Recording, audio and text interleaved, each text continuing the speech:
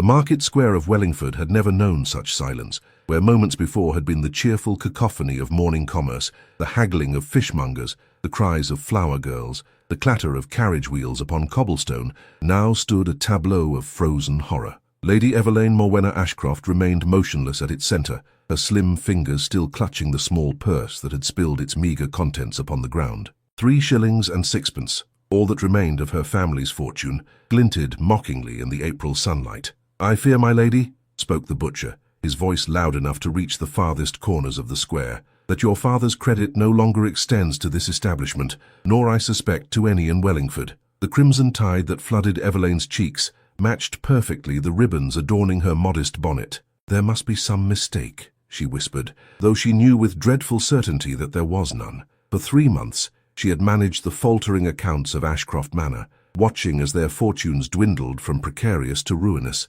Still, she had never imagined her humiliation would be made so public, so complete. "No mistake, Lady Ashcroft," the voice came from behind her, sleek as silk but cold as winter's first frost. "Your father's debts are most extensively documented." She turned to face Sir Halric Dunwyn, her father's former solicitor, now agent to the Duke of Winthorpe. His thin-lipped smile conveyed not an ounce of sympathy. "Perhaps," he continued, producing a leather-bound ledger from his coat, "you would care to review the particulars. I have them here in painful detail. Your father's signature acknowledges each sum." In the hushed circle that had formed around them, not a soul dared speak. Evelaine's fingers travelled instinctively to the silver feather pendant at her throat. Her mother's final gift before consumption claimed her 5 winters past. "I shall settle these accounts," she said, her voice steadier than her heart, "if you would but grant us time." "Time, my lady, is the one luxury House Ashcroft can no longer afford." Sir Halric's voice dropped to a confidential murmur that nonetheless carried to every straining ear.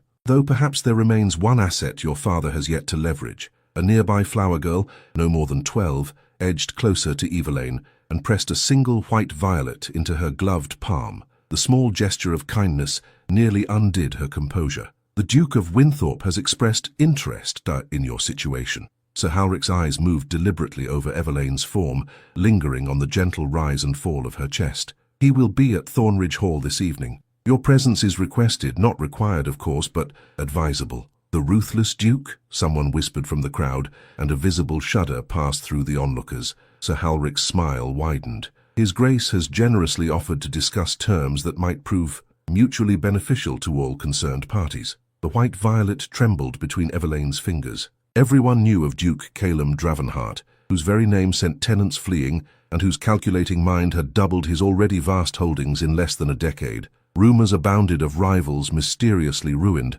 of ladies who had caught his eye only to vanish from society entirely. The ruthless Duke, they called him, the man who had never been denied, never been defeated, and never, it was said, shown mercy. "I shall inform His Grace of your attendance," Sir Halric said, interpreting her silence as acquiescence. Evelaine raised her chin, meeting his gaze with unexpected steadiness. "You may tell the Duke I shall consider his invitation." Sir Halric's eyes narrowed. "Consider carefully, Lady Ashcroft. Your father is presently enjoying the hospitality of His Grace's private cells for debtors. Quite comfortable, I am assured, but cells nonetheless." The flower girl tugged gently at Evelaine's sleeve. "They say the Duke has no heart, milady," she whispered. "They say he keeps it locked in a box of ice." "Nonsense, child," Sir Halric scoffed, though his eyes remained cold. "His Grace has no need of a heart. He has power instead." As the crowd finally dispersed, Evelaine clutched her mother's pendant. The white violet had left a smudge of pollen upon her glove, a tiny stain of innocence upon the day's growing darkness. She gazed toward the distant hills where Thornridge Hall stood in ominous silhouette against the sky. "Milady?" The flower girl looked up at her with worried eyes. Evelaine managed a smile, brittle as newly formed ice. "Do not fret, dear one. Hearts of ice can melt, can they not?" But as she gathered her fallen coins and empty basket, the cathedral bells tolled 3, each sonorous peal sounding to her ears like the striking of an executioner's clock. In fewer than 5 hours, she would face the ruthless Duke and with him her family's fate. In the distance, a carriage waited. Its door bore a raven crest sealed in silver. Thornridge Hall loomed in the deepening dusk like a behemoth carved of shadow and stone. Its Gothic spires pierced the twilight sky as if to pin the heavens in place, while ivy-strangled walls suggested centuries of secrets too dark for daylight's scrutiny. The carriage bearing Lady Evelaine Morwenna Ashcroft passed beneath an ancient stone archway. its entrance guarded by twin gargoyles, whose snarling visages offered silent warning to all who entered uninvited. "Remember your place," Miss Alara Graythorne whispered, adjusting the pale blue ribbons in Evelaine's silver-blonde hair one final time. As her closest friend and lady's companion, Alara had insisted upon accompanying her to this ill-fated meeting. "Speak only when addressed. Keep your gaze lowered, and for heaven's sake do not contradict him." "I shall scarcely have the opportunity," Evelaine replied, her fingers absently tracing the silver feather at her throat. "Men like the Duke do not converse with their prey, they merely pronounce sentence." The carriage wheels crunched to a halt upon the gravel drive. Immediately, footmen in impeccable black livery materialized alongside, each bearing the silver raven insignia of House Dravenhart. The door swung open, and Evelaine found herself escorted into the grand entrance hall of the most feared nobleman in 3 counties. Inside, Thornridge revealed itself as a study in controlled opulence. Massive crystal chandeliers cast prismatic light across marble floors, polished to mirror-like perfection. Ancient tapestries depicting conquests, both martial and mythological, adorned walls, panelled in dark oak. The air carried the scent of beeswax, leather-bound books, and something sharper, perhaps power itself. "Lady Ashcroft," announced a silver-haired butler whose dignified bearing suggested decades of service. "And Miss Graythorne." Evelaine managed a curtsy, her practiced grace betrayed only by the slightest trembling of her gloved hands. When she straightened, her gaze fell not upon the Duke, but upon a portrait dominating the far wall. It depicted a man of perhaps 30 years, dark-haired and severe, his azure eyes seeming to follow her with calculating interest. The artist had captured an expression of such cold assessment that Evelaine felt her breath catch. "You admire my likeness?" The voice came from behind her, deep, measured, and entirely devoid of warmth. Evelaine turned slowly to face its owner, her heart performing a curious leap within her chest. Duke Calum Dravenhart stood framed in a doorway, his tall figure silhouetted against the firelight from the adjoining room. Unlike the portrait, which showed him in full ceremonial regalia, he wore a simple black coat of impeccable tailoring, a silver waistcoat, and trousers that emphasized his considerable height. His raven hair, touched with premature silver at the temples, was swept back from a forehead unmarred by expression. "Forgive me, Your Grace," Evelaine murmured, dropping into another curtsy. "I meant no impertinence. And yet you have not answered my question." He approached with unhurried steps, each footfall deliberate as a chess move. "Do you admire the painting?" She swallowed, sensing the trap in his seemingly innocuous inquiry. "The artist has great skill." "That is not what I asked." He circled her slowly, his gaze a physical sensation upon her skin. "I asked if you admired the likeness, the subject, not the execution." Miss Graythorne shifted uncomfortably beside her, but Evelaine found an unexpected well of courage. "I could not say, Your Grace, having only just made your acquaintance, though the portrait suggests a man of formidable resolve." A flicker of something, surprise perhaps or amusement, crossed his features, swift as lightning, and just as quickly gone. "An elegant evasion, Lady Ashcroft. Come." He gestured toward the room from which he had emerged. "We have matters to discuss that require privacy." Miss Graythorne stepped forward, but a single glacial glance from the Duke froze her in place. "Your companion will wait here," he stated, the words broking no argument. "This conversation concerns only the two of us, and your father's future." Evelaine felt color drain from her face. "My father, is currently enjoying my hospitality," the Duke finished smoothly. "His comfort depends entirely on the outcome of our discussion." The library into which he led her burned with the golden light of 100 candles reflected in polished mahogany bookshelves that soared to a vaulted ceiling. A massive desk dominated the center, its surface bare, save for a single document laid with precise care upon leather blotting paper. "Your father owes me a considerable sum," the Duke began without preamble,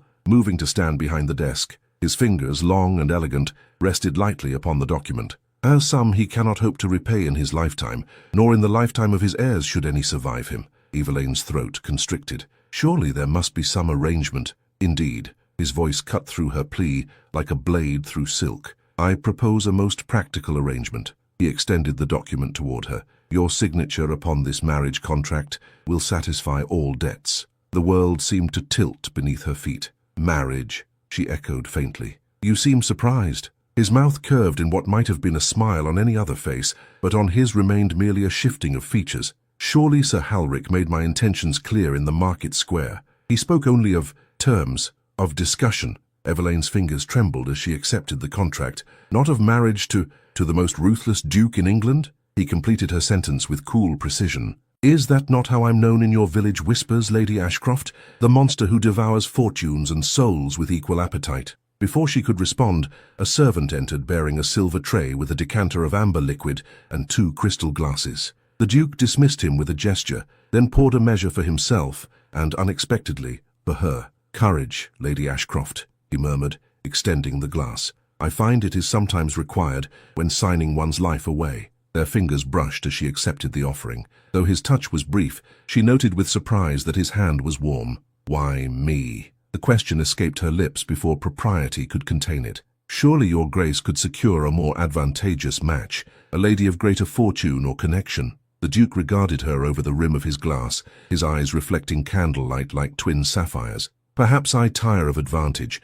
Perhaps I find integrity more compelling than fortune. He set down his untouched drink. Or perhaps I simply wish to possess the one thing in Wellingford that remains untarnished. The clock upon the mantel struck 9. Each chime seemed to seal her fate more irrevocably than the last. The contract, Lady Ashcroft. Your decision. Evelaine's gaze fell to the elegant copperplate script that would transform her into the Duchess of Winthrop, or condemn her father to imprisonment and her family to ruin. She reached for the quill. The Duke's hand covered hers, unexpected and startling in its gentleness. Once signed, he said softly, there shall be no escape.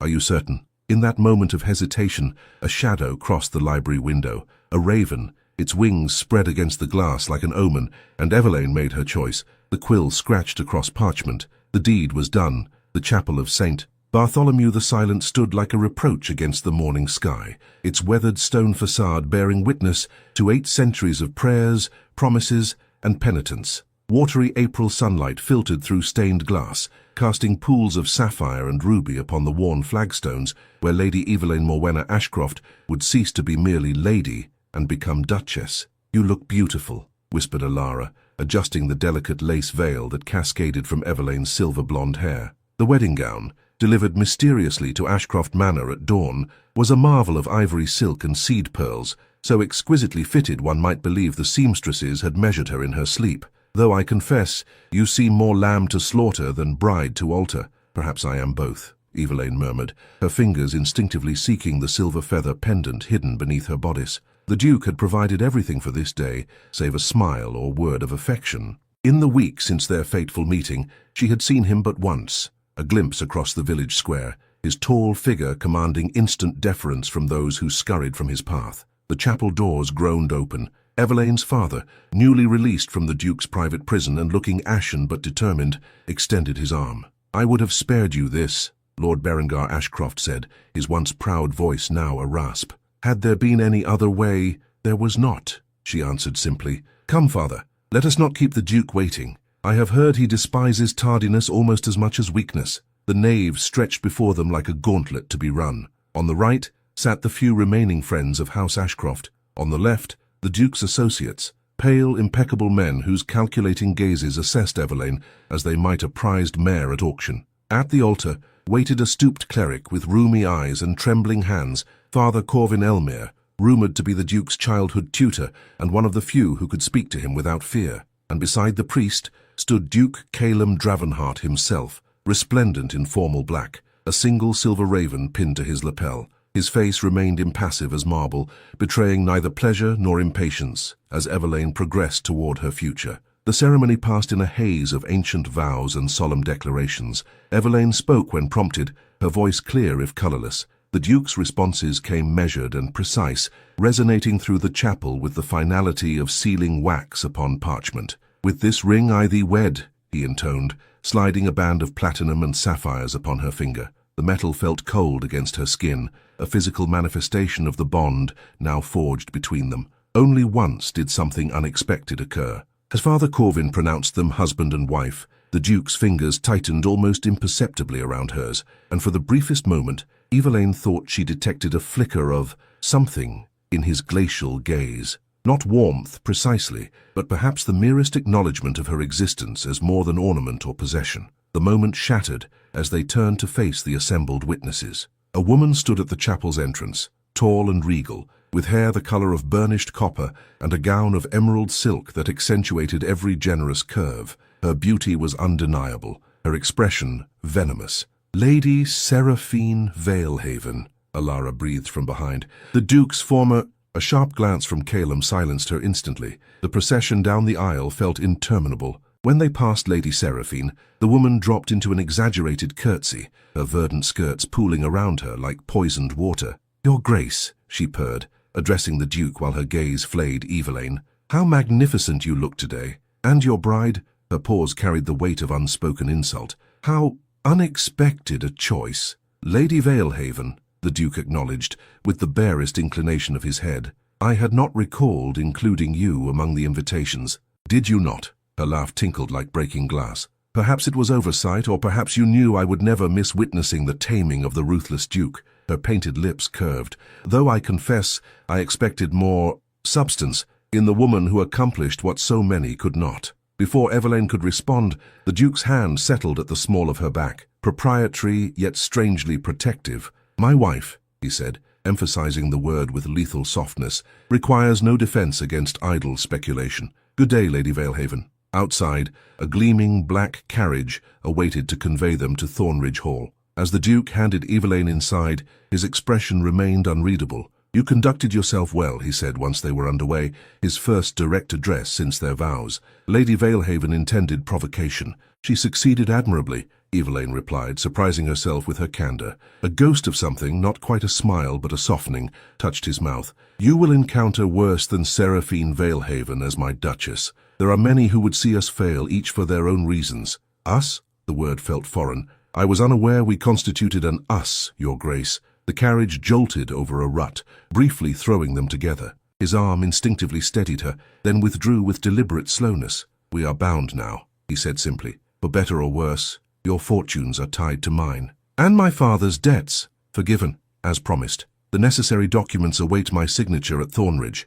Relief washed through her like summer rain. "Then I thank you, Your Grace." "Calum." The correction came quietly. "In private, at least. You might use my given name." The intimacy of the request, for request it was despite his commanding nature, startled her more than any grand pronouncement might have done. "Then I thank you, Calum." His name felt strange upon her tongue, like a spell half-remembered. They travelled in silence thereafter, the countryside rolling past in watercolour shades of spring. Only as Thornridge Hall appeared on the horizon did the Duke speak again. "I have had the east wing prepared for your use," he said, his gaze fixed on the approaching estate. "You will find it comfortable, I trust, and sufficiently distant from my own quarters to ensure your privacy. You are considerate, Your Grace Calum." His laugh, the first she had heard from him, held no mirth. "Considerate? No one has accused me of that particular vice before." He turned to face her fully. "I am not a gentle man, Evelaine, nor am I a particularly good one. But I am not the monster of village whispers either. Remember that, when you hear the inevitable rumors of my cruelty." The carriage passed beneath Thornridge's stone archway. As it slowed, he added, almost inaudibly, "And when midnight comes, lock your chamber door." Before she could question this cryptic warning, footmen appeared to assist their descent. The Duke emerged first, then extended his hand to help her down. As she took it, the manor's massive entrance door swung open to reveal a tall, austere woman in severe black silk, her silver-streaked hair pulled into an unforgiving knot. "Duchess Maedra," the Duke said by way of introduction, "my father's sister. She has overseen Thornridge these many years." The woman's penetrating gaze assessed Evelaine with unconcealed disapproval. "So this is the village girl who has ensnared England's most eligible duke. How quaint." Evelaine felt rather than saw Calum stiffen beside her. "My wife," he said, the words clipped with warning, "is now mistress of Thornridge. You will accord her the respect her position demands." Duchess Maedra's smile did not reach her eyes. "Of course, nephew. I live only to serve the house of Dravenhart." She gestured toward the entrance. "Your wedding feast awaits, such as it is, with so little time to prepare." As they crossed the threshold into the grand hall, now bedecked with spring flowers and silver candelabra, Evelaine felt the weight of countless eyes upon her. Servants, retainers, distant relatives, all watching, weighing, wondering how long the village mouse would survive in the hawk's nest. Yet when the Duke's hand settled briefly, almost reassuringly, at her waist, Evelaine found herself standing taller. Whatever game of power and possession she had entered, she would play it with the dignity befitting her new title. In the gallery above, a clock chimed 3, 9 hours until midnight. 9 hours until she discovered whether the Duke's warning sprang from concern or threat. And in the corner of the hall, watching with undisguised malice, stood Lady Seraphine Valehaven, her emerald gown a splash of poison amid the muted colours of the gathering. In her gloved hand, she clutched a sealed letter bearing a crest Evelaine did not recognize. The east wing of Thornridge Hall unfolded before Evelaine like a labyrinthine dream. Corridors hung with tapestries depicting ancient hunts, chambers furnished in subdued opulence, windows that framed the twilight gardens where marble nymphs stood sentinel among box hedges. She moved through these rooms with the cautious wonder of a sparrow that finds itself caged in gold rather than iron. "Your personal chambers, Your Grace," announced Mrs. Holloway, the housekeeper, as she opened a final set of double doors. Unlike the masculine severity that characterized the rest of Thornridge, this suite bloomed in shades of pale blue and silver. A massive four-poster bed draped in gossamer curtains dominated the sleeping chamber, while the adjoining sitting room featured delicate furnishings that might have graced a French palace. "His Grace selected everything himself," Mrs. Holloway added, her tone suggesting she found this fact remarkable. "The Duke has never before concerned himself with such domestic matters." Evelaine ran her fingers over the silver embroidery adorning a silk cushion. "It is most thoughtful," she murmured, though thoughtful seemed an inadequate descriptor for such meticulous attention to her comfort. "The Duke instructed that you might wish to rest before dinner." Mrs. Holloway gestured toward a discreet bell pull. "Ring when you require your lady's maid. Miss Graythorne has been assigned chambers through that connecting door." Left alone, Evelaine sank onto the window seat overlooking the eastern gardens. The afternoon shadows lengthened across perfect gravel paths as she contemplated her bewildering circumstances. In the span of a fortnight, she had tumbled from genteel poverty to the pinnacle of aristocratic privilege, yet both positions felt equally precarious. A soft knock interrupted her thoughts. Clara entered, her familiar face a welcome anchor in this sea of strangeness. "So this is what becomes of girls who marry monsters," she quipped, settling beside Evelaine on the window seat. "Sapphire, silk, and silver candlesticks." "He is not," Evelaine began, then caught herself. "The Duke is many things, but I begin to doubt the village tales of his cruelty." Alara's eyebrow arched skeptically. "The same Duke who imprisoned your father? Who forced your hand in marriage? Who ruins men for sport and breaks women's hearts as casually as others break bread? I wonder how many of those tales originated with Lady Valehaven," Evelaine mused. "She seemed most eager to witness my discomfort this morning." With good reason. It's widely known she expected to become Duchess herself after warming the Duke's bed these 3 years past. Evelaine felt heat rise to her cheeks. "Do you speak too freely, Alara? Someone must. You'll hear worse at dinner, though not spoken to your face." Alara squeezed her hand. "Be wary of her, Evie. Women scorned are dangerous enough. Women of Seraphine Valehaven's ambition and resources are positively venomous." As if conjured by her warning, a maid appeared bearing a silver salver, upon which rested a folded note sealed with pale green wax. "From Lady Valehaven, Your Grace," the girl murmured, bobbing a curtsy.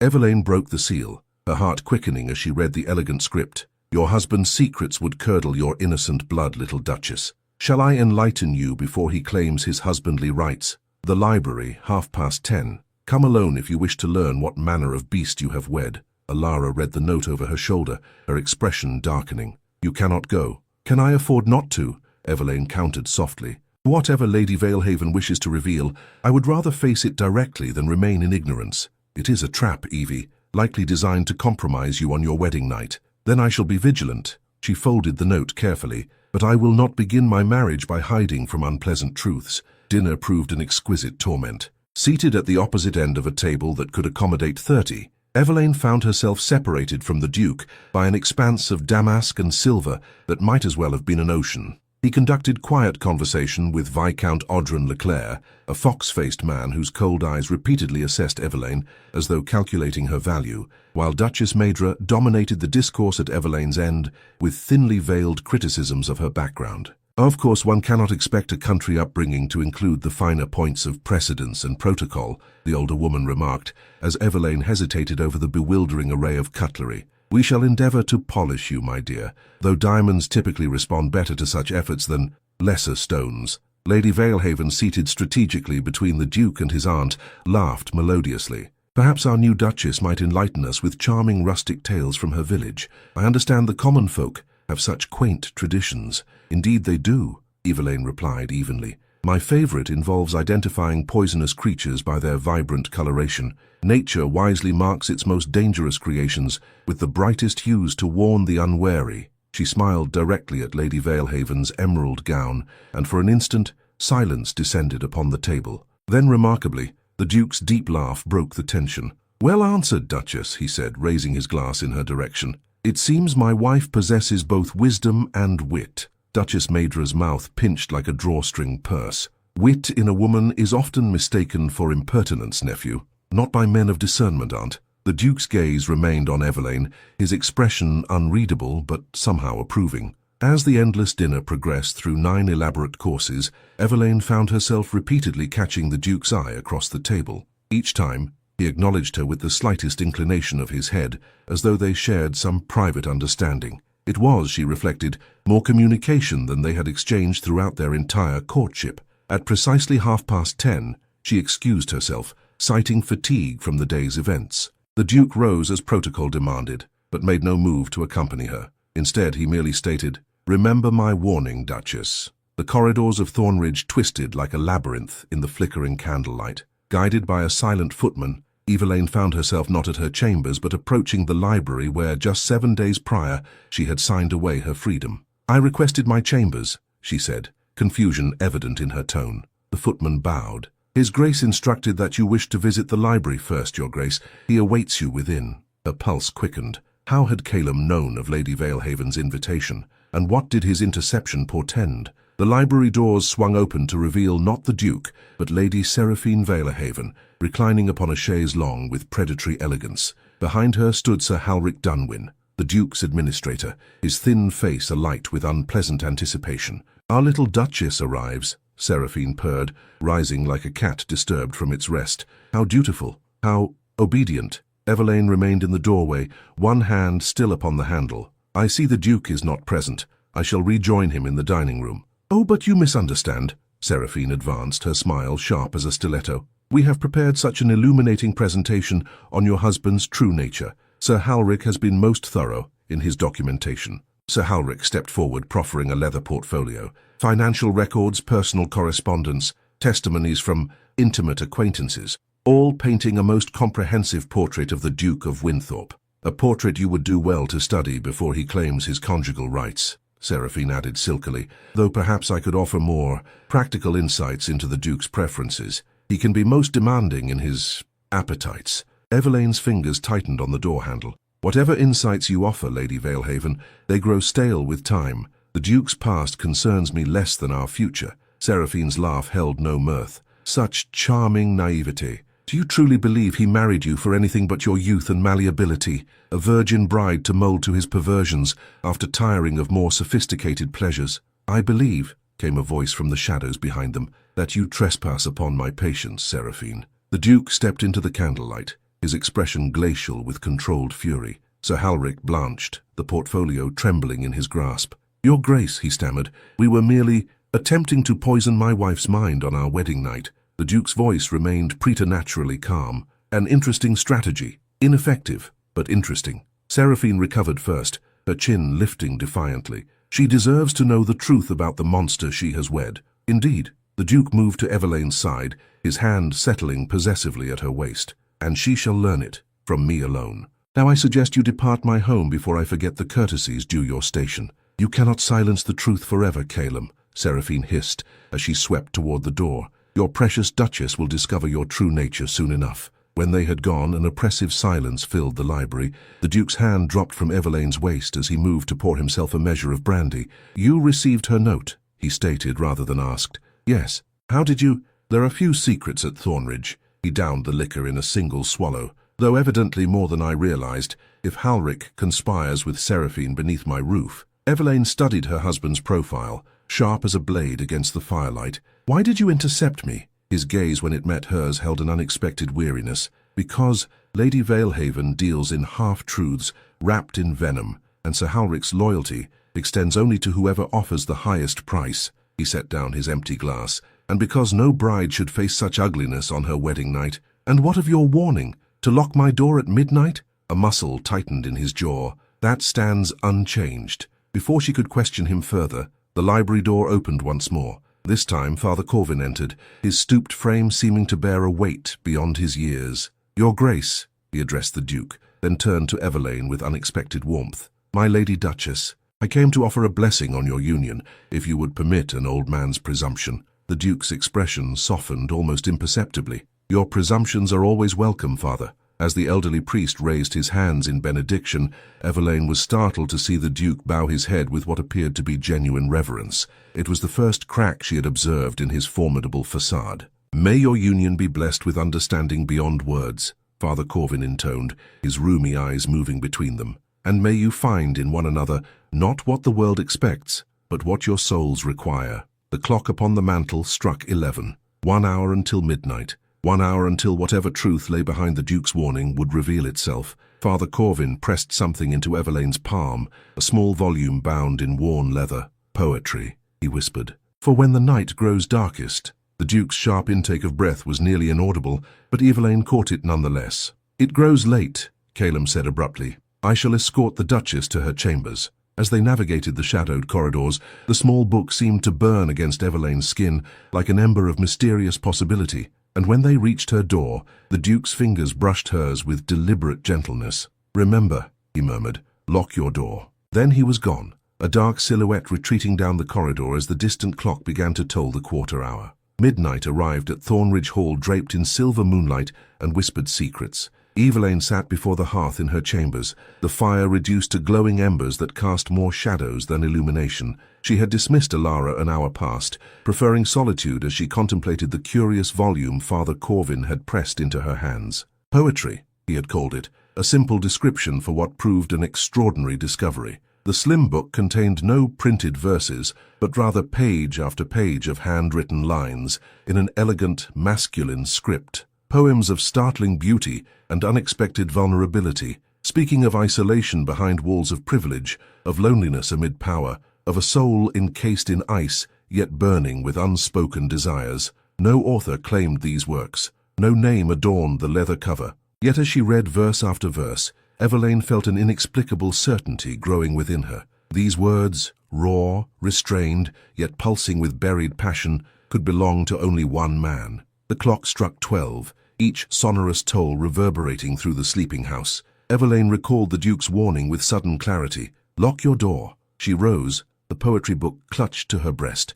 and moved toward the heavy oak panel that separated her from the corridor beyond. Her fingers had just touched the key when a soft scratch came from the connecting door that linked her chambers to Alara's. Frowning, she crossed the room. "Alara," she called softly. "I thought you were bed." No response came, yet the scratching continued, faint but persistent. Cautiously, Evelaine opened the door a fraction. A small grey cat slipped into her chambers, its luminous eyes regarding her with imperial disdain, before it leapt gracefully onto her bed and commenced grooming its silvery fur. "Well then," Evelaine murmured, amused despite her apprehension. "It seems I have company for my vigil after all." She returned to the fireplace, stoking the embers to coax forth new flames. As the fire rekindled, she became aware of another sound, not from Alara's chambers, but from the corridor outside. Footsteps, measured and deliberate, approaching her door. Her heart quickened. The Duke, coming to claim his husbandly rights despite his cryptic warning, or perhaps Lady Valehaven,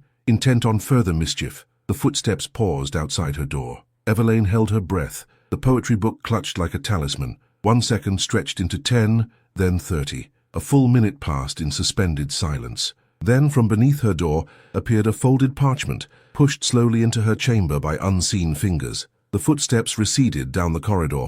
Only when their echo had completely faded did Evelaine move to retrieve the mysterious missive. It bore no seal, no address, merely a single word written in the same elegant hand as the poetry book. "Duchess." With trembling fingers, she unfolded the parchment. "The garden beneath your window harbors nightingales that sing only in darkest hours. Their song is for those who listen beyond what others hear. Should you wish it, follow their melody to the glass pavilion, where moonlight reveals what daylight conceals. Lock your door behind you." Evelaine moved to the window, drawing aside the heavy velvet curtains.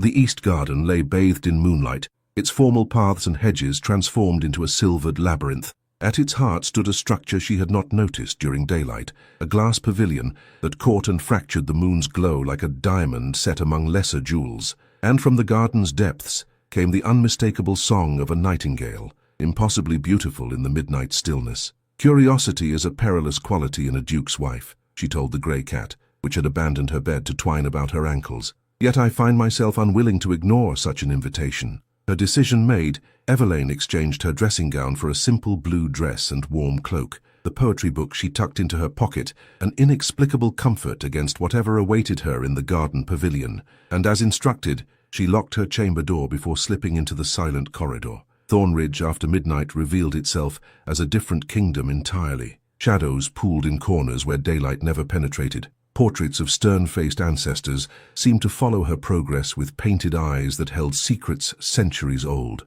Twice she froze at sounds from distant wings, a door closing, a muffled voice, but encountered no one as she descended the servant's stair that led to a small side entrance. The night air embraced her with unexpected warmth for April, carrying the scent of newly bloomed flowers and damp earth. Following the nightingale's persistent song, Evelaine navigated the garden paths, her slippered feet silent upon the gravel. Moonlight transformed her silver blonde hair into a luminous crown, and in another context, another life, she might have imagined herself a fairy queen traversing her midnight realm. The glass pavilion materialized before her, its crystalline structure seemingly suspended between earth and sky. As she approached, Evelaine discerned a solitary figure within, tall, motionless, gazing out across the moonlit garden with hands clasped behind his back. Duke Calum Dravenheart turned at her approach, his severe features softened by the gentle illumination. Gone was the formal attire of dinner. He wore instead a simple white shirt open at the throat, dark trousers, and no coat, despite the night air's lingering chill. For the first time, Evelaine saw him not as the fearsome Duke of legend, but as merely a man, albeit one of uncommon presence. "You came," he said, his deep voice pitched low, as though the night itself might eavesdrop on their exchange. "Your invitation was compelling." She remained at the pavilion's entrance, uncertain of protocol in this clandestine meeting, though I confess confusion. Why direct me to lock my door, only to summon me from behind it? A ghost of a smile touched his lips. The locked door was protection against others, not myself. Thornridge harbors certain traditions regarding ducal wedding nights. He gestured for her to enter the pavilion. "Traditions I chose to spare you." Evelaine stepped into the glass structure, immediately enveloped by the concentrated fragrance of night-blooming flowers that filled ornate planters along its perimeter. What traditions? Crude observation, confirmation of consummation. Customs born in darker centuries when dynastic certainty outweighed human dignity.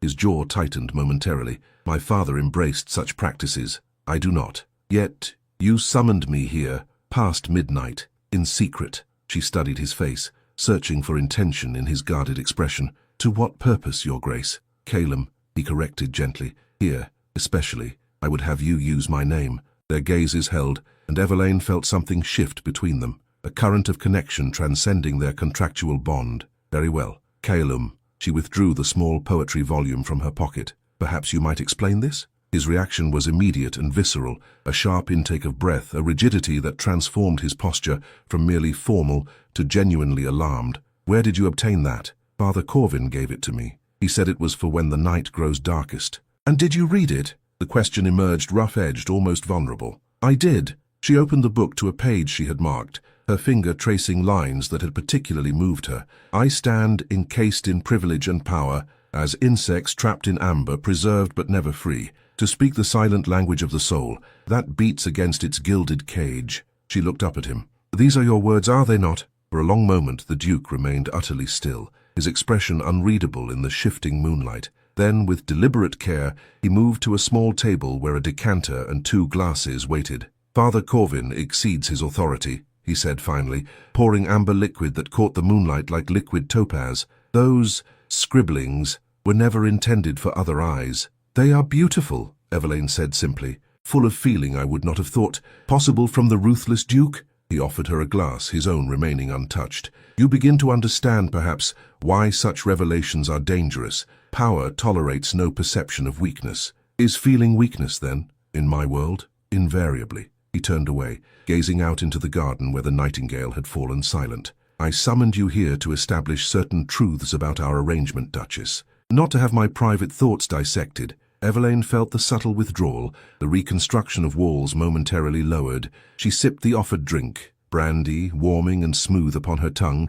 and waited. "Our marriage," he continued, his back still to her, was contracted for specific purposes. Your father's debts are cleared. Your family's standing is restored through connection to mine. In return, I gain a duchess of impeccable lineage if modest fortune, whose reputation for virtue is beyond reproach. A business arrangement, she said softly. Precisely. He turned to face her once more. But it need not be an unpleasant one.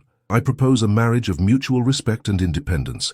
Your chambers remain your sanctuary. You will receive an allowance generous enough to satisfy any reasonable desire. You may redecorate Thornridge as you see fit, manage the household staff, host whatever entertainments please you, and in return, you will perform the public duties of my duchess with grace and dignity. You will present a united front against those who would undermine our position. You will accompany me to London for the season, where you will be introduced to society as my chosen companion. Evelaine studied the brandy in her glass, gathering courage for her next question. And private duties. His expression softened unexpectedly. I would not hurry such matters, Duchess. Trust between us must grow before intimacy can flourish. The glass pavilion suddenly seemed too warm, too close. Evelaine moved to its entrance, allowing the night breeze to cool her flushed cheeks. You speak of trust, yet Lady Valehaven claims— Seraphine Valehaven, he interrupted sharply, speaks from wounded pride and thwarted ambition. Whatever she implied about my past or proclivities,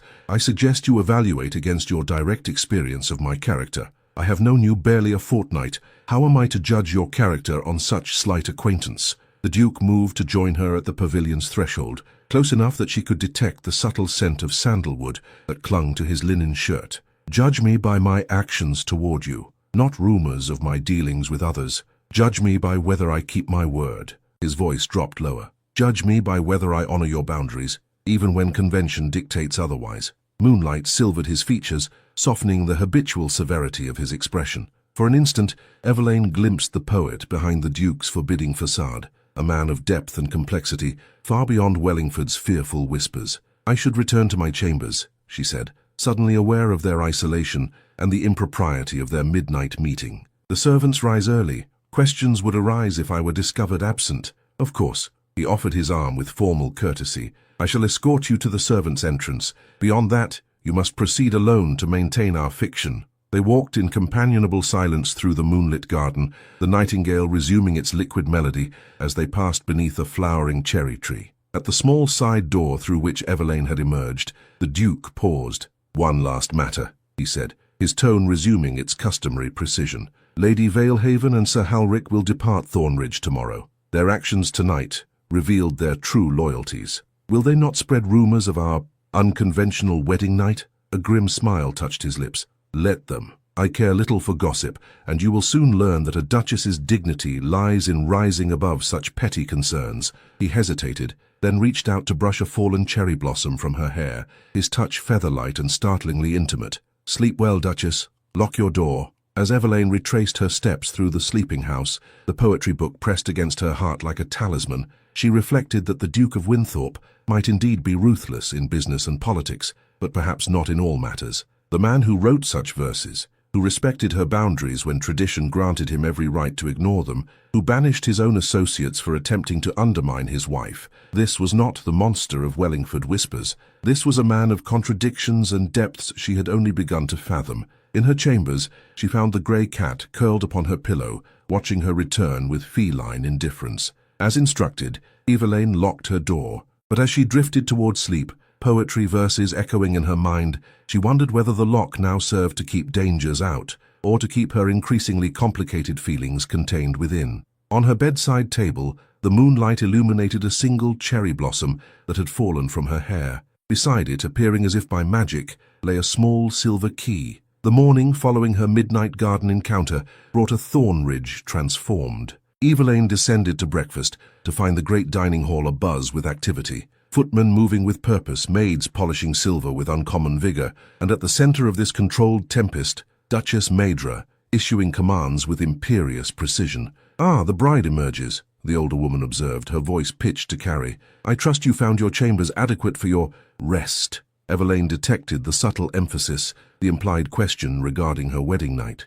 Most comfortable, thank you, she replied, accepting tea from a hovering footman, though I admit curiosity about this morning's unusual activity. Preparation for tonight's assembly, of course. Duchess Maidra's eyebrows rose with practiced incredulity. Surely my nephew informed you. The neighbouring gentry gather to welcome the new Duchess of Winthrop, a tradition dating back centuries. His Grace mentioned no such gathering, Evelaine said carefully, recalling the Duke's words about presenting a united front. But naturally I am delighted to meet our neighbours. A thin smile creased the older woman's features. Indeed, though I fear many may find themselves surprised by my nephew's choice of bride. One must wonder what compelling quality you possess to have secured such an advantageous match. The implication hung in the air like poisoned honey. Before Evelaine could formulate a response that maintained both dignity and harmony, a new voice entered the conversation. My wife's qualities are numerous and evident to those with discernment, Aunt. The Duke stood in the doorway, his formal attire suggesting he had already attended to estate business despite the early hour,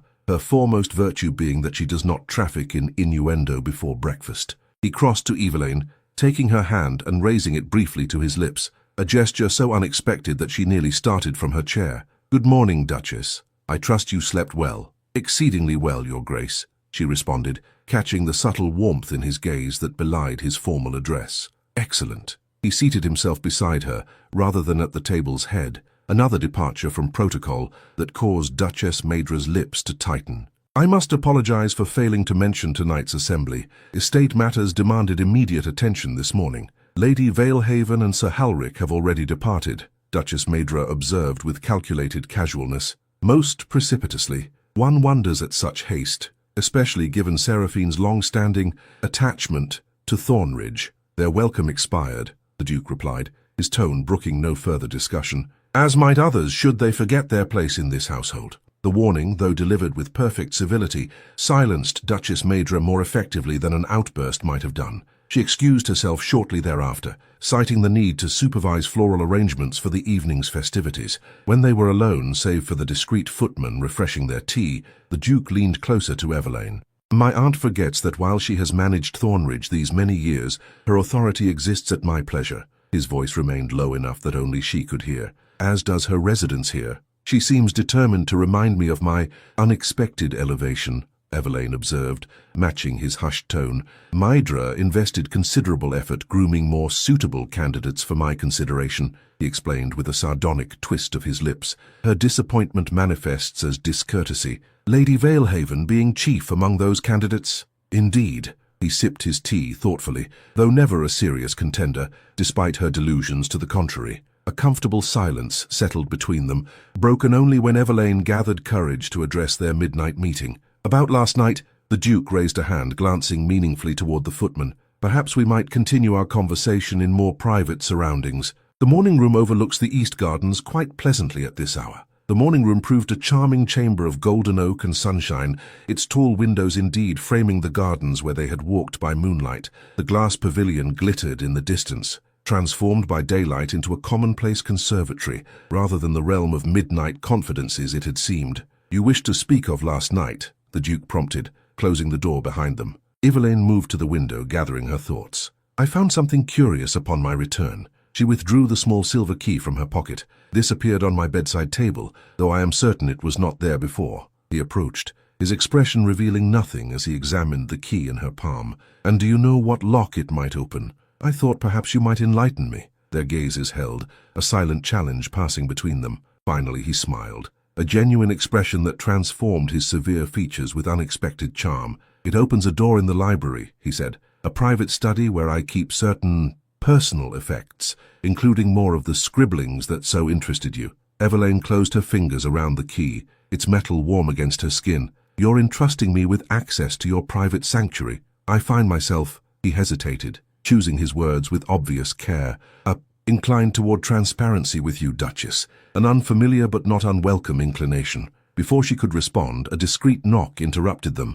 Alara entered, her expression troubled. "Forgive the intrusion, Your Grace," she addressed them both, the title still awkward upon her tongue when directed at her childhood friend. "But a matter requires the Duchess's immediate attention." "What matter?" Evelaine asked, alarmed by Alara's evident distress. "A letter has arrived from your father, and—" She glanced uneasily at the Duke. "Lady Valehaven has been seen in Wellingford, in close conversation with Viscount Leclerc." The Duke's expression hardened. "Leclerc, I might have known." He turned to Evelaine. his voice resuming its customary precision. "Viscount Audrin Leclerc is a political rival with ambitions that frequently conflict with my interests. His alliance with Seraphine suggests mischief aimed at us both. What possible interest could my father hold for either of them?" Evelaine asked, genuinely bewildered. "Let us examine his letter," the Duke suggested. "It may provide illumination." Lord Ashcroft's missive proved brief but alarming. "My dearest daughter, I write in haste and considerable distress. A lady of striking beauty and a gentleman of obvious breeding visited Ashcroft Manor this morning,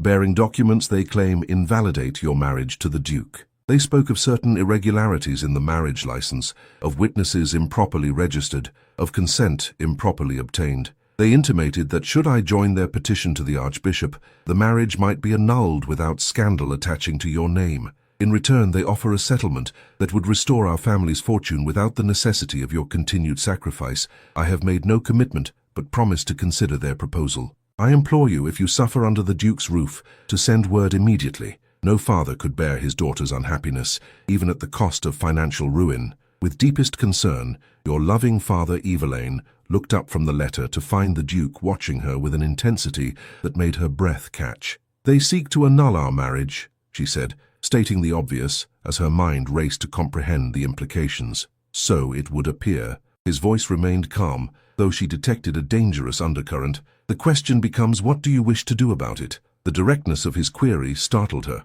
"You ask my preference? It seems only appropriate, as the dissolution of our union would affect you most directly." He moved to the fireplace, his back to her as he added with careful neutrality, "Should you wish to return to your former life, I would not prevent it. Financial provision would be made for your family regardless." Evelaine studied his rigid posture, the tension evident in his shoulders beneath the perfect tailoring of his coat. In that moment of vulnerability, she made her decision. "I have no desire to dissolve our marriage," she said firmly. "Whatever scheme Lady Valehaven and Viscount Leclerc have concocted serves their interests, not mine." She approached him, deliberately placing herself within his line of sight. "Unless, of course, you seek freedom from our arrangement." Their gazes locked, and Evelaine glimpsed something unexpectedly fierce in his eyes. Possession, certainly, but perhaps also relief. "I do not," he stated simply. "Then we are agreed. But we must respond decisively to this challenge," he said, his voice hardening with resolve. "Viscount Leclerc has powerful connections within the ecclesiastical courts. If he succeeds in persuading your father to join his petition, we may face genuine legal entanglements. Then we must ensure my father remains unpersuaded." Evelaine considered for a moment. "A letter might be easily dismissed or intercepted. I should visit Ashcroft Manor personally." "Out of the question," the Duke replied immediately. "You would be unprotected, vulnerable to whatever machinations Leclerc and Seraphine have prepared." "Then accompany me," she suggested, surprising herself with her boldness. "Let my father witness for himself the nature of our arrangement." A hint of a smile touched the Duke's lips. "An elegant solution, Duchess. We shall depart immediately after breakfast." He moved toward the door, then paused. "Tonight's assembly must proceed regardless. We shall return in time to present ourselves as a united force against whatever rumors Seraphine has already set in motion." Alara, who had remained discreetly silent throughout their exchange, now stepped forward. "What shall I tell the Duchess Mydra regarding your absence?" "Nothing," the Duke replied with cool authority. "My aunt need not be informed of our every movement. Simply state that we are attending to personal matters and will return before sunset." As he departed to make arrangements for their journey, Alara turned to Evelaine with wide eyes. "Well, I had not expected such swift alliance between you and His Grace. One might almost believe genuine affection exists beneath this marriage of convenience." Evelaine touched the silver key in her pocket, warm from proximity to her skin. "One might believe many things, Alara. The truth often proves more complicated than appearance suggests." The journey to Ashcroft Manor passed in contemplative silence, the countryside rolling past the carriage windows like scenes from a life already receding into memory. Seated opposite the Duke, Evelaine found herself studying the strong planes of his face, the subtle signs of character revealed in repose, the slight furrow between his brows that spoke of habitual concentration, the firm set of his mouth that could transform so unexpectedly into rare but transformative smiles. "How you scrutinize me most thoroughly, Duchess," he observed without opening his eyes, startling her from her reverie. "Forgive me. I was merely—" She hesitated, then decided upon honesty. "I was considering how little I truly know of you, despite our married state." He regarded her thoughtfully. "What would you know?" "Everything," she answered simply. But perhaps we might begin with why Viscount Leclerc bears you such evident ill will. A shadow crossed his features. Leclerc and I have a history spanning many years and several incidents, the most relevant being his attempt to force the sale of lands adjoining his estate, lands belonging to a certain Baron Ashcroft. Evelaine's eyes widened. My father's property. Indeed, Leclerc has coveted the eastern parcel of your family's land for years. It contains a water source his estate desperately requires. When your father's financial difficulties became known, Leclerc moved to acquire it at a fraction of its value. But you prevented this, she guessed, pieces falling into place with sudden clarity. I outbid him, the Duke confirmed, then negotiated terms with your father that allowed him to maintain ownership while satisfying his most pressing creditors. Why would you assist a stranger in such a manner? His gaze, when it met hers, held an intensity that made her breath catch. Your father was no stranger to me, Evelaine, though he had no recollection of our prior meeting. Before she could press for further explanation, the carriage slowed. Outside the window appeared the familiar gates of Ashcroft Manor, once imposing, now showing signs of neglect in flaking paint and untended gardens. Home, Evelaine thought, yet already less familiar than the man seated across from her. Lord Berengar Ashcroft received them in the faded grandeur of a drawing-room that had seen no redecoration in 20 years. His surprise at the Duke's presence alongside his daughter was poorly concealed beneath hasty courtesy. Your Grace, he stammered, bowing deeply. This is an unexpected honor. Is it? The Duke's tone remained pleasant, though his gaze swept the room with analytical precision. I should think a father might expect his daughter's husband to accompany her on such a visit. Of course, of course. Lord Ashcroft gestured nervously toward chairs that had once been elegant, but now showed signs of wear. Please be seated. Might I offer refreshment? Tea, perhaps? We require nothing but your attention, sir, the Duke stated, remaining standing. My wife has informed me of certain visitors you entertained yesterday, visitors who presented claims regarding our marriage that require immediate correction. Lord Ashcroft paled visibly. I meant no offense, Your Grace. They were most persuasive in their arguments, and naturally I have concerns for my daughter's welfare. Father, Evelaine interrupted gently, moving to take his trembling hands in hers, you must not believe whatever insinuations Lady Valehaven made regarding my situation. The Duke has been— She paused, searching for words that would convey truth without revealing too much of their private understanding. Most considerate of my comfort and happiness. Then you do not wish to pursue annulment? Her father searched her face with genuine concern. The lady suggested you might be under duress, unable to speak freely. I speak with complete freedom, Evelaine assured him firmly. Our marriage stands valid in both law and my personal choice. I would not have it dissolved. The Duke moved to stand beside her, his hand settling at the small of her back with proprietary care. Nor would I, sir. Your daughter brings grace and dignity to Thornridge that it has long lacked. I find myself most satisfied with our union. Lord Ashcroft's relief was palpable. Well, I am delighted to hear it. Most delighted indeed. He brightened considerably. I shall inform Lady Valehaven and the Viscount when next they call that their concerns were misplaced. They have arranged to return? The Duke inquired sharply. This afternoon, Lord Ashcroft confirmed, oblivious to the sudden tension in his son-in-law's bearing. They were most insistent upon receiving my answer today. The Duke checked his timepiece. How fortuitous. We shall await them here. 3 hours later, the elegant carriage of Viscount Audrin Leclerc rolled up the drive of Ashcroft Manor. Lady Seraphine Valehaven descended first, her copper hair gleaming in the afternoon sunshine, her emerald gown a deliberate echo of her previous day's attire. The Viscount followed, a slender man of perhaps 40 years, his fox-like features arranged in an expression of benevolent concern, entirely at odds with the cold calculation in his eyes. They were admitted to the drawing-room by Ashcroft Manor's elderly butler, whose announcement died on his lips at the tableau before him. For there, arranged with theatrical precision, sat the Duke and Duchess of Winthorpe, flanking Lord Ashcroft in a portrait of familial harmony. The Duke had removed his coat and sat in shirt-sleeves, a brandy glass in his hand, the picture of a man at ease in his father-in-law's home.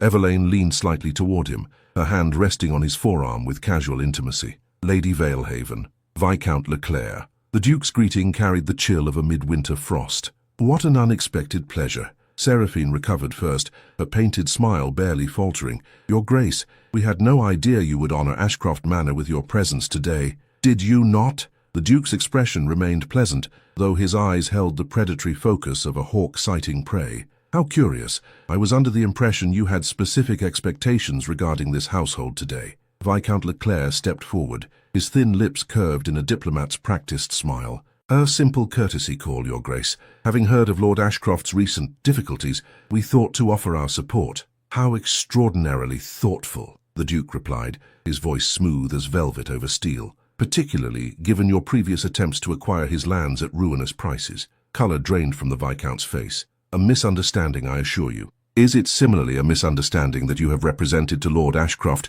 that our marriage might be invalidated through ecclesiastical petition?" The Duke rose slowly, his height and bearing suddenly imposing, despite the informal setting. "Or that you have offered financial inducement for his participation in such an endeavour?" Lady Valehaven's eyes narrowed like a cornered cat's. "Merely concern for Lady Evelaine's welfare, Your Grace, given the hasty nature of your nuptials." "My welfare requires no external concern," Evelaine stated clearly, rising to stand beside her husband, "particularly not from those who would use me as a pawn in their schemes against the Duke." "I believe," the Duke said with deadly quietness, "that your business here is concluded. I would not recommend pursuing this matter further, Leclerc. The consequences would prove regrettable." The threat, though delivered without overt menace, hung in the air like thunder before lightning strike. Viscount Leclerc, his composure cracking, executed a stiff bow. "As you wish, Your Grace. We shall trouble Lord Ashcroft no further." He turned to depart, but Lady Valehaven remained rooted in place, her emerald eyes fixed on Evelaine with naked hatred. "You think yourself victorious, country mouse," she hissed, abandoning pretense. "Enjoy your triumph while it lasts. The Duke tires quickly of simple pleasures. When he seeks more sophisticated diversions, you will find yourself as discarded as last season's fashions." The Duke moved with startling swiftness, interposing himself between Seraphine and Evelaine. "You forget yourself, madam," he said, his voice so low it scarcely carried beyond her hearing. "Remove yourself from my presence before I forget the courtesies due your sex." Something in his expression must have conveyed deadly seriousness, for Lady Valehaven paled beneath her rouge. With a final venomous glance at Evelaine, she swept from the room, her emerald skirts hissing across the worn carpet like serpents in retreat. When the sound of carriage wheels had faded down the drive, Lord Ashcroft collapsed into his chair with a gusty sigh. "Good heavens, I had no idea the depth of their machinations. To think I nearly—" "All is well, father," Evelaine assured him, though her heart still raced from the confrontation. "Their scheme is thwarted. For now," the Duke amended grimly. "Leclerc is not a man to abandon pursuit easily, nor Seraphine a woman to forgive perceived humiliation." He checked his timepiece once more. "We must return to Thornridge. Tonight's assembly provides opportunity to present a united front against whatever rumours they have already set in motion." As they prepared to depart, Lord Ashcroft drew Evelaine aside for a private word. "Are you truly content, my dear? I would not have you sacrifice happiness for financial security." She considered her answer carefully. "I am discovering contentment where I least expected it, father. The Duke is not what Wellingford whispers claim." "No," her father agreed thoughtfully, watching as the Duke conversed with their coachman in the drive. "I believe I glimpsed today the man behind the fearsome reputation, a formidable man still, but perhaps not entirely ruthless." Evelaine touched the silver key in her pocket. "Perhaps not entirely," she agreed softly. As their carriage rolled away from Ashcroft Manor, the Duke broke their companionable silence with an unexpected observation. "You performed admirably today, Duchess. Few women could have maintained such composure in the face of Seraphine's venom. Few women have spent their lives preparing to navigate society's treacherous waters with insufficient resources," she replied wryly. "One develops certain resilience." His laugh, genuine and unreserved, startled her with its warmth. "Indeed, I begin to think my choice of Duchess was more fortuitous than I realized." The afternoon sun slanted through the carriage windows, gilding his profile as he turned to gaze at the passing landscape. Evelaine found herself studying the strong line of his jaw, the subtle softening around his eyes when he laughed, the elegant hands that had penned such unexpectedly moving poetry. "Tonight," he said, still looking outward, "you will face the assembled gentry as Duchess of Winthorpe for the first time. There will be speculation, judgment, envy and malice disguised as concern." He turned to meet her gaze directly. "Are you prepared for such scrutiny?" Evelaine squared her shoulders. "I believe I am, particularly with your Grace beside me." "Calum," he corrected gently. "In private, always Calum." As Thornridge Hall appeared on the horizon, its Gothic spires gilded by the setting sun, Evelaine felt a curious sensation, not the dread she might have expected, but something warmer, more hopeful, not quite belonging, but perhaps its beginning. The assembly awaited with all its potential for triumph or disaster. But first, there was the silver key burning in her pocket, and the promise of secrets yet to be revealed. Thornridge Hall blazed with light, every window aglow with chandelier and candle flame, as carriages disgorged the cream of local society onto its gravelled forecourt. Livered footmen stood at attention, announcing each arrival with practiced formality as the county's most prominent families processed into the grand ballroom where the Duke and his new Duchess would formally receive their neighbours. In her chambers, Evelaine submitted to the ministrations of a French lady's maid who had materialized that afternoon, a gift from the Duke, according to Mrs. Holloway. The woman's deft fingers arranged Evelaine's silver-blonde hair into an elegant coiffure adorned with sapphires that matched her eyes and complemented the Duchess's coronet that now rested upon her dressing table. "The master will be most pleased," the maid murmured in accented English as she secured the final pin. "You look every inch the Duchess." Evelaine hardly recognized her reflection. The gown, another gift delivered while she was at Ashcroft Manor, transformed her slim figure into something regal and imposing. Midnight blue silk whispered against her skin, its bodice embroidered with silver thread that caught the light with every breath. The neckline, cut lower than anything she had worn before, displayed her mother's silver feather pendant to perfect advantage. "It's time, Your Grace," Alara announced from the doorway, her own appearance similarly enhanced for the evening's festivities. "His Grace awaits you at the bottom of the grand staircase." Evelaine's fingers tightened around the silver key she had kept with her throughout the day. "One moment," she said, making a sudden decision. "There is something I must do before joining the assembly." Despite Alara's protests about timing and protocol, Evelaine made her way not toward the grand staircase, but to the library, where her marriage contract had been signed. The corridors stood deserted, all staff engaged with the arriving guests, allowing her to slip inside unobserved. Moonlight filtered through tall windows, illuminating the massive desk where the Duke conducted estate business. Evelaine moved not toward it, but to a small door partially concealed behind a tapestry depicting the hunt.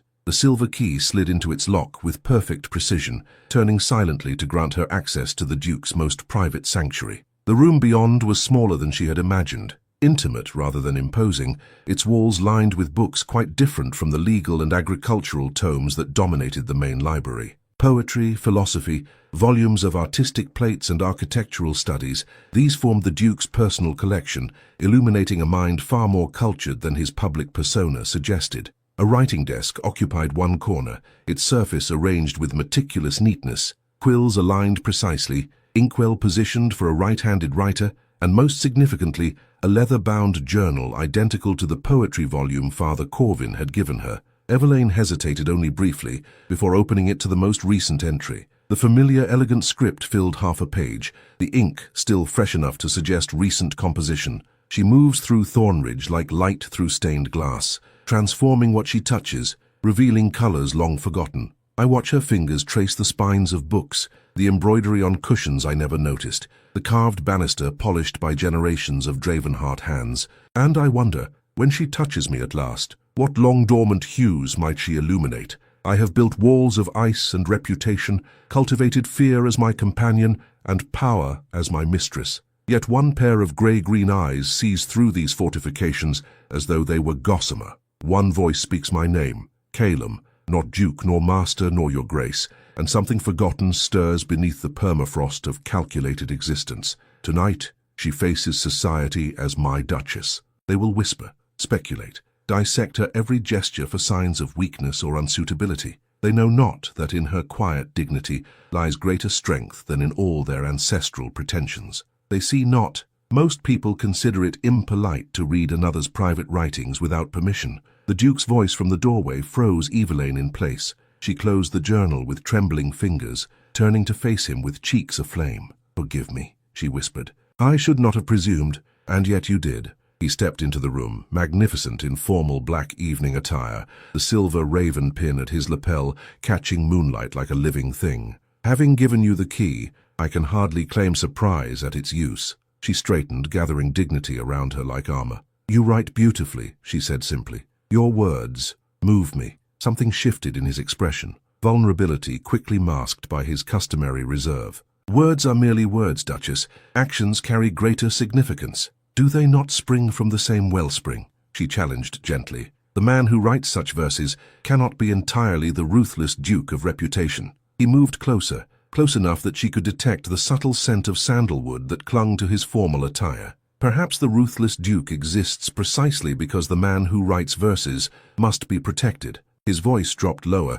meant for her ears alone despite their solitude. Vulnerability is a luxury I have seldom afforded myself. Yet you have shown it to me, she observed, through Father Corvin's gift, through this key, through your conduct since our marriage. An inexplicable impulse, he acknowledged, his gaze holding hers with unsettling intensity, one I find myself unable to regret, despite its potential danger. The grandfather clock in the main library chimed the hour, breaking the spell that seemed to have descended upon them. The Duke extended his arm with formal courtesy. "Our guests await, Duchess. Shall we face the assembly together?" Evelaine placed her hand upon his sleeve, feeling the solid strength beneath fine wool. "Together," she agreed. They progressed toward the grand staircase in silence, each absorbed in thoughts too delicate for articulation. Only as they reached the landing overlooking the entrance hall, where a footman waited to announce them, did the Duke pause. "You look beautiful tonight, Evelaine," he said quietly, his gaze sweeping over her with masculine appreciation that brought heat to her cheeks.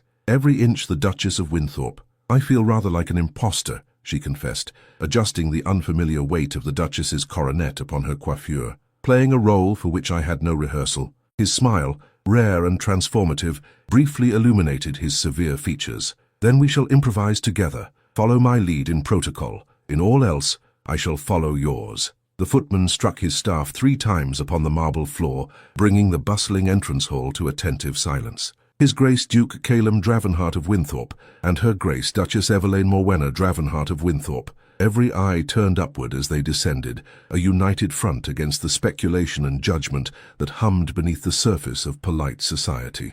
Evelaine felt rather than saw the assessment in each gaze, the evaluation of her gown, her jewels, her deportment, her worthiness to stand beside the most formidable peer in 3 counties. Duchess Maidra awaited at the bottom of the staircase, her severe black silk a silent rebuke against Evelaine's radiance. "Nephew, niece." The latter acknowledgment came reluctantly, accompanied by a cursory curtsy. "The assembly awaits your entrance to begin the evening properly." "Indeed, Aunt." The Duke's hand covered Evelaine's where it rested upon his arm, a subtle gesture of support. "We shall proceed directly." The ballroom of Thornridge Hall stretched before them in gilt and crystal splendor, its vaulted ceiling painted with scenes from classical mythology, its parquet floor polished to mirror-like perfection. Against the far wall, musicians poised with instruments ready, awaiting only the Duke's signal to begin the evening's first dance. As they entered, the assembled guests parted like the Red Sea before Moses, creating a path toward the dais where 2 ornate chairs,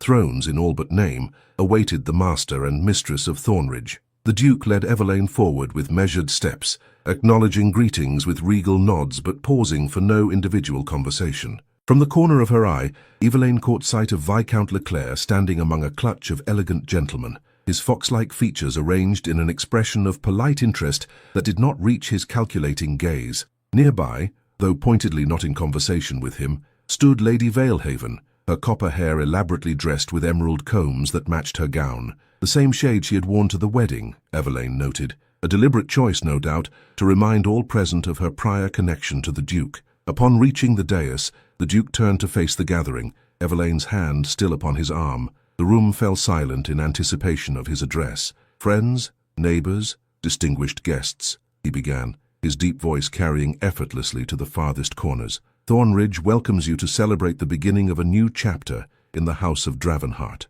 Polite applause rippled through the assembly, more dutiful than enthusiastic. "Some among you," the Duke continued, his gaze sweeping the gathering with deliberate assessment, "may have heard curious rumors regarding the circumstances of my marriage, speculation about hasty arrangements, financial motivations, or coercion." A collective intake of breath suggested he had touched a nerve. Evelaine felt tension radiating through the arm beneath her fingers. "Allow me to address such whispers directly." His tone hardened slightly. "The Duchess and I are indeed recently wed, having found in one another qualities that make formality and extended courtship superfluous. Those who know me understand I do nothing without thorough consideration, including the choice of my life's companion." He turned toward Evelaine, his expression softening perceptibly. "In the Duchess, I have found integrity, intelligence, and grace that complement the Dravenhart name. Any suggestion to the contrary reflects poorly not upon us, but upon those who circulate such falsehoods." The warning,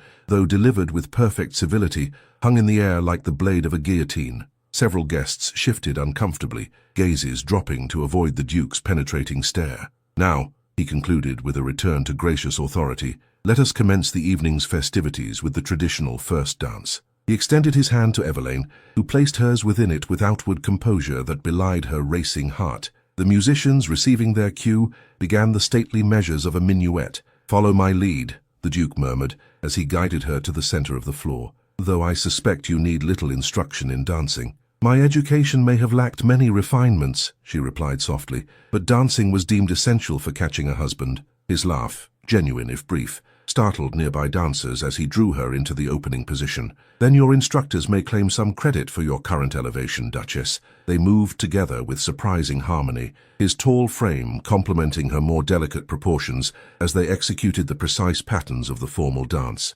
Evelaine felt the weight of observation upon them, the scrutiny of those seeking any misstep, any hint of awkwardness that might confirm her unsuitability for her new station. "You dance beautifully," the Duke observed as they circled one another, palms touching briefly before separating again. "Another unexpected quality I discover in my bride." "You sound almost pleased, Your Grace," she replied, a hint of teasing in her tone. "Calum," he corrected, his voice dropping so that only she could hear. "And yes, I find myself increasingly pleased with the bargain we have struck." The dance brought them together again, his hand at her waist, hers upon his shoulder. For a moment, they stood close enough that she could feel the warmth of his breath against her temple. "The assembly watches us like hawks circling prey," she murmured. "Particularly Lady Valehaven, whose gaze might incinerate my gown if she possessed such power." "Let them watch," he replied, his hand tightening slightly at her waist. "What they see is the Duke and Duchess of Winthorpe in perfect accord, presenting a united front against whatever malicious speculation they might harbor." The music drew to its conclusion, and the Duke executed a formal bow as Evelaine sank into a deep curtsy. Applause rippled through the ballroom, and as if a signal had been given, other couples moved onto the floor for the next dance. "You must circulate," the Duke advised, leading her toward the edge of the dance floor. "Speak with the county matrons, charm the elderly gentlemen, demonstrate your fitness as Mistress of Thornridge. I shall do the same among my peers. Divide and conquer," she suggested with a small smile. "Precisely." He raised her gloved hand briefly to his lips. "We shall reconvene for supper." Left to navigate the potentially treacherous waters of county society alone, Evelaine drew upon every lesson in deportment and conversation her limited education had provided. She moved among groups of elegantly attired ladies with a gracious smile that masked her inner trepidation, accepting congratulations and thinly veiled curiosity with equal composure. "Such a whirlwind romance, Your Grace," simpered Mrs. Harrington, wife of the local magistrate. "One can hardly keep pace with modern courtships." "The Duke is not a man to hesitate once his mind is made up," Evelaine replied smoothly, "a quality I find most admirable in a husband." "And such a substantial age difference," observed Lady Pembroke, her lorgnette trained on Evelaine like a weapon, "though I suppose youth has its advantages in certain domestic matters." Evelaine met the woman's gaze directly. "The Duke and I find our temperaments perfectly complementary, regardless of years between us. Age brings wisdom, youth brings adaptability. Together they create balance." She moved through the assembly with increasing confidence, sensing rather than seeing the Duke's periodic observation of her progress. Occasionally their gazes would meet across the crowded room, and she would find unexpected reassurance in the subtle nod of approval he offered. It was during one such moment of silent communication that Lady Valehaven intercepted her path, emerald skirts blocking Evelaine's progress toward a group of younger ladies who had beckoned her to join them. "Your Grace," Seraphine purred, dropping into a curtsy so deep it bordered on mockery. "How magnificently you play the role of Duchess. One might almost believe you born to it, rather than elevated from obscurity through the Duke's inexplicable charity." Evelaine maintained her pleasant expression with effort. "Lady Valehaven, I trust you are enjoying the evening's festivities." "Oh, immensely." Seraphine's smile revealed perfect teeth, particularly observing how our dear Duke performs his husbandly duties with such conviction, almost as though he genuinely desired the match, rather than being maneuvered into it through your father's financial manipulations. The accusation, delivered with honeyed venom, struck closer to truth than Evelaine cared to admit, yet she found strength in the knowledge of what had passed between herself and Calum in recent days: the poetry, the midnight garden, the silver key. "How fascinating," she replied with perfect composure, "that you believe yourself so intimately acquainted with the Duke's motivations. I was unaware he confided his private thoughts to passing acquaintances." Colour flooded Seraphine's cheeks beneath her careful rouge.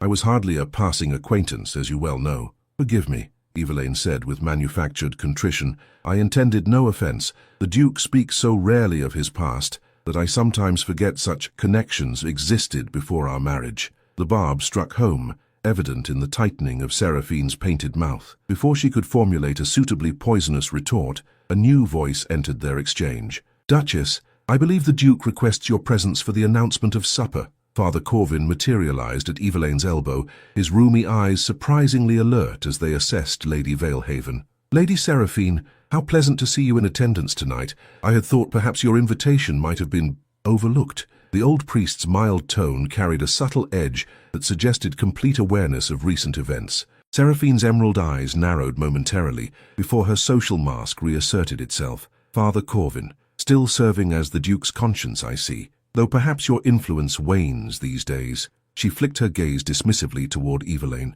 "Your Grace, do enjoy your momentary triumph. I shall observe its inevitable conclusion with great interest." She swept away in a rustle of silk, leaving behind the lingering scent of too heavy perfume. Father Corvin patted Evelaine's hand with grandfatherly affection. "Pay her no mind, my dear. Jealousy distorts even the most rational minds, and Lady Valehaven was never blessed with rationality to begin with." Evelaine smiled gratefully at the elderly priest. "Thank you for your timely intervention, Father, and for your previous gift," she added with meaning. "It has provided most illuminating reading." The old man's eyes twinkled. "I thought it might. Our Duke contains multitudes beyond his public persona, as you are discovering." "Indeed," she agreed softly, "though I suspect I have only begun to glimpse the man behind the title." "A journey worth continuing," Father Corvin suggested, as he escorted her toward the center of the ballroom where the Duke awaited, "for both your sakes." Supper proceeded with elaborate formality, the Duke and Duchess presiding over the main table, with Duchess Maidra,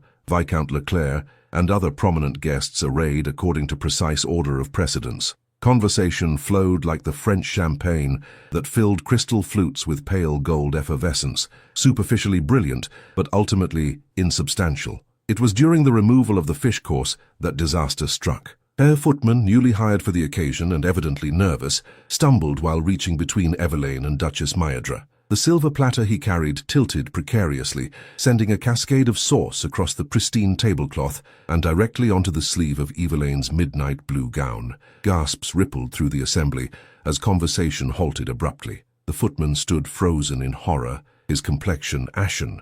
"Clumsy fool!" Duchess Maidra hissed, rising halfway from her seat in outrage. "Remove yourself immediately!" The young man's hands shook so violently that the platter clattered against the table edge.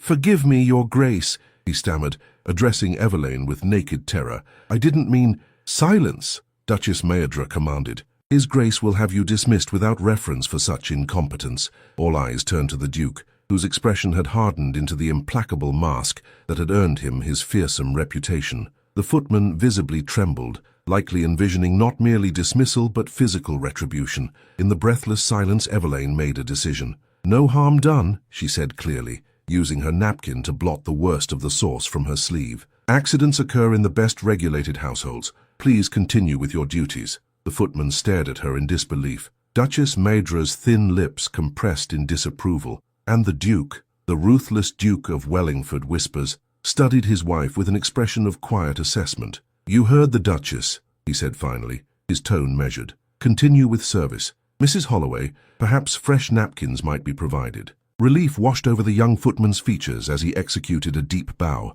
"Thank you, Your Grace. Your Graces. Most merciful." As he retreated, Duchess Maidra leaned toward Evelaine with barely concealed irritation. "You undermine authority with such leniency, niece. The servants must learn their place through consistent discipline."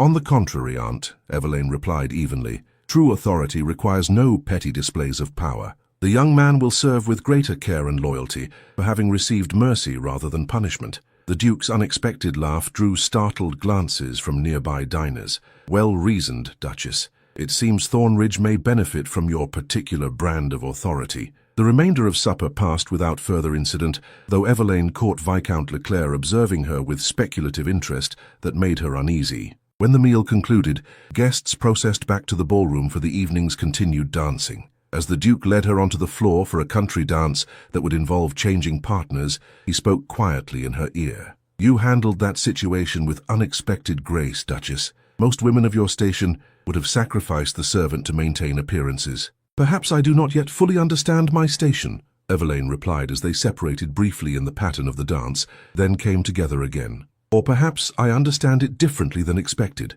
His eyes held hers with surprising warmth. "Your understanding brings refreshment to traditions grown stale with repetition." They parted again as the dance required, Evelaine finding herself temporarily partnered with Viscount Leclerc, whose fox-like features arranged themselves into a smile that never reached his calculating eyes. "Your Grace," he murmured as they circled one another, "how admirably you've adapted to your elevated circumstances. One might almost believe you born to the title rather than acquired through financial arrangement." "Your concern for my adaptation is touching, Viscount," she replied evenly, "though perhaps misplaced given your earlier attempts to dissolve my marriage." His smile tightened. "A misunderstanding, I assure you. I sought only to offer alternatives should your situation prove uncomfortable." "My situation suits me perfectly," Evelaine stated firmly as the dance carried her back toward the Duke, as I believe was demonstrated at Ashcroft Manor today. The remainder of the assembly passed in a whirl of dances, conversations, and the elaborate social rituals that structured aristocratic gatherings.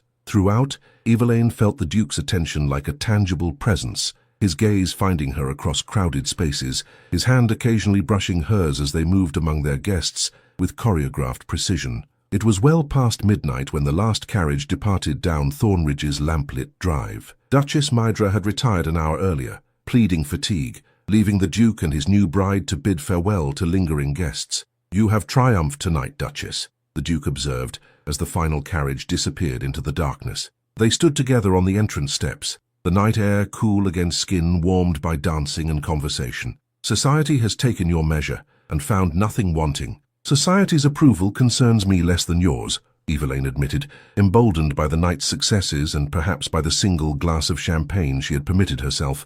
"Have I met your expectations as Duchess of Winthorpe?" He turned to face her fully, moonlight silvering his severe features into something almost otherworldly in its masculine beauty. "You have exceeded them in every particular. Your grace under Seraphine's attacks, your composure during the incident at supper, your charm with even the most difficult guests, all confirm the wisdom of my choice." "Your choice?" She raised an eyebrow. "I recall circumstances rather than choice dictated our arrangement." "Perhaps initially," he acknowledged, "yet I find myself increasingly grateful for whatever confluence of events brought you to Thornridge." The admission, delivered with uncharacteristic openness, stirred something warm in Evelaine's chest. Before she could respond, the Duke gestured toward the open doorway. "It grows late. I shall escort you to your chambers." They progressed through the silent house, servants having been dismissed to their beds after the evening's labors. Only moonlight illuminated their path, casting elongated shadows across marble floors and up paneled walls.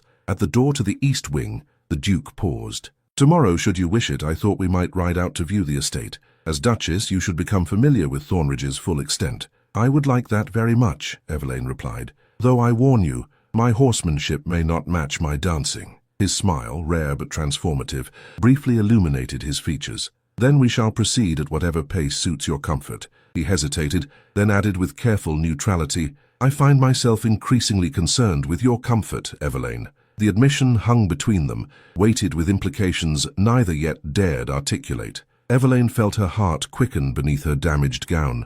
"Good night, Calum," she said softly, his given name still unfamiliar but increasingly precious upon her tongue. He took her hand, raising it to his lips with courtly grace. But instead of the formal kiss protocol demanded, he turned her palm upward and pressed his lips to its sensitive center, a gesture of startling intimacy that sent heat coursing through her veins. "Good night, Duchess," he murmured against her skin. "Dream well." As Evelaine closed her chamber door behind her, fingers still tingling from his touch, she realized with sudden clarity that the most ruthless duke in England had begun to thaw, and in that thawing lay both promise and peril for her increasingly vulnerable heart. Epilogue. 6 months after the midnight assembly that had established Evelaine as Duchess of Winthorpe in county society, autumn painted Thornridge's vast gardens in gold and crimson splendor. From her favorite bench in the glass pavilion, now filled with late-blooming chrysanthemums at her direction, Evelaine observed the seasonal transformation with contented appreciation. Much had changed since that spring evening when she had proven herself equal to the challenges of her position. Duchess Maidra had departed for the continent, ostensibly for her health, but in reality because Thornridge now unquestionably belonged to its new mistress. Viscount Leclerc had withdrawn his opposition to the Duke's interests after certain financial manipulations had been exposed through anonymous letters to his creditors. Lady Valehaven had married an elderly baron and removed to his Scottish estate, her defeat in the battle for the Duke's attention finally accepted if not gracefully conceded. And Calum, no longer merely the Duke in her thoughts or conversation, had gradually revealed the man behind the fearsome reputation. The ruthlessness remained in business and politics, but within Thornridge's walls he showed increasing warmth, consideration, and even occasional flashes of humour that transformed his severe features into genuine handsomeness. Their marriage, begun as mere contract, had evolved into partnership. Evelaine now managed Thornridge's considerable household with quiet efficiency, instituted charitable initiatives that improved relations with tenant farmers, and even accompanied Calum to London, where she had navigated the treacherous waters of the season with surprising success. Yet despite growing companionship and evident mutual respect, one boundary remained uncrossed. Each night, Evelaine retired to her chambers in the East Wing, while Calum occupied the ducal suite across the house. The intimacy implied in marriage existed only in increasingly charged glances, brief touches, and conversations that deepened with each passing week. The sound of approaching footsteps drew Evelaine from her reverie. Calum entered the pavilion, autumn sunlight gilding his tall figure as he moved to join her on the bench. "I thought I might find you here," he said, his deep voice holding the warmth it now reserved exclusively for her. "You seemed preoccupied at breakfast." "I was remembering," she admitted, adjusting her shawl against the October breeze. "It seems impossible that only half a year has passed since I stood in Wellingford Market, humiliated and afraid." His expression softened as he reached for her hand, a gesture that had become comfortably familiar between them. "Much has changed." "Indeed." She turned to face him fully. "Yet one thing remains unaltered. We live as strangers beneath the same roof, Calum." The directness of her statement clearly startled him. His fingers tightened around hers. "Not strangers, surely. Friends, at least. Partners in many ways. But not in all ways," she said softly, summoning courage for words too long unspoken. "Not as husband and wife, in truth." Colour touched his cheekbones, but he did not look away from her steady gaze. "I wished to give you time, to ensure you did not feel obligated by our arrangement." "And if I no longer wish for time?" she asked, heart racing beneath her autumn weight gown. "If obligation has transformed to desire?" For answer, he reached into his coat and withdrew a familiar object, the small volume of poetry Father Corvin had given her on their wedding night. "I have written something new," he said, opening it to a ribbon-marked page. "Words I could not speak, but perhaps might read to the one who inspired them." The verses, composed in his elegant hand, spoke of ice transformed to flowing water, of walls crumbling beneath gentle persistence, of a heart long frozen learning to beat with renewed purpose. The final lines, underlined with a single precise stroke, caused Evelaine's breath to catch. "If I could speak what verse conceals imperfectly, 3 words would bridge the gulf between our separate souls. 3 words I offer now, not writ, but spoken true. I love you, Evelaine. I love you whole." She raised her eyes to find his watching her with vulnerable intensity, the fearsome Duke nowhere visible in his unguarded expression. "You need not respond in kind," he said quietly. "I wish only that you know the truth of what has grown within me these months past." For answer, Evelaine placed her hand against his cheek, her thumb tracing the curve of his lower lip with gentle wonder. The ruthless Duke of legend would never speak such words. "The ruthless Duke exists only beyond Thornridge now," he admitted. "Within these walls with you I am merely Calum, a man discovering feelings he thought forever beyond his reach." As golden leaves spiraled down around their glass sanctuary, Evelaine leaned forward to place her lips against his, their first true kiss offered freely, rather than as obligation or protocol. His response, tentative at first, then warming with evident longing, sealed a transformation more binding than any marriage contract. That night, the Duchess's chambers in the East Wing stood empty, and though servants whispered and smiled behind discreet hands, none would have dared suggest that the ruthless Duke had been anything but conquered by his unexpected bride. For in the end, the most implacable heart had yielded not to beauty or station or wealth, but to something far more profound, the courage of a woman who saw beyond reputation to the poetry beneath.